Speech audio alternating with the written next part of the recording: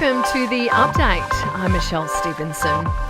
The former Liberal staffer at the centre of sex assault allegations in Parliament has delivered an emotional speech to the National Press Club today, saying she is determined to drive change. Britney Higgins has taken aim at the Prime Minister, saying some of his commentary around her alleged assault was shocking and even offensive. I didn't want his sympathy as a father.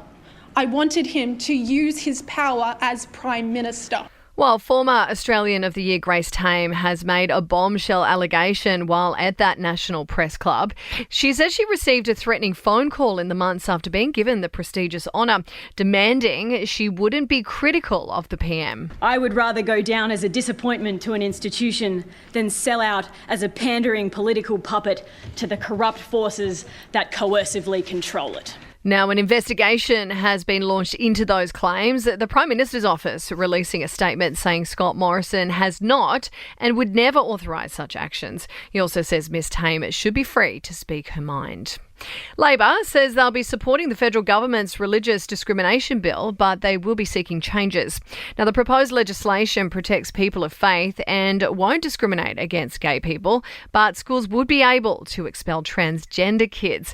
There are calls for the opposition to quash that bill altogether. Victoria's Premier insists his state won't be disadvantaged if international tourists are forced to have 3 jabs to enter it.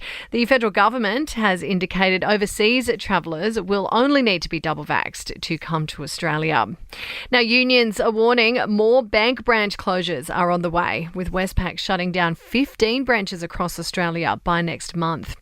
And there is a push for a new targeted melanoma screening program and greater awareness around skin cancer risk. The Health Minister is releasing a landmark report which estimates another 14,000 people will die from the disease by 2030 if urgent action isn't taken. To sport now, and Pat Cummins has spoken publicly for the first time since Justin Langer's resignation as coach. The Test captain has thanked Langer for his service, but says it's time for a new style of coaching and skill set. A big theme for this summer has been being more calm, more composed. Now, that's been really clear in the feedback from players, support staff and Cricket Australia, and I think that's the direction we want to take the team. In entertainment news, and Adele has sparked engagement rumours after being spotted at the Brit Awards with a diamond ring on that finger. The 33-year-old singer is dating sports manager Rich Paul. A fresh lawsuit has been launched over the death of Rust cinematographer Helena Hutchins. A medic is taking action against the film's armourer and assistant director Dave Hall, claiming she is too traumatised to return to work.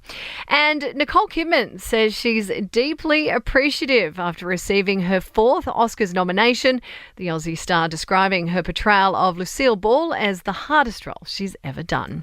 That's the latest from the Nova Podcast News team. We'll see you tomorrow morning for another episode of The Update. I'm Michelle Stevenson.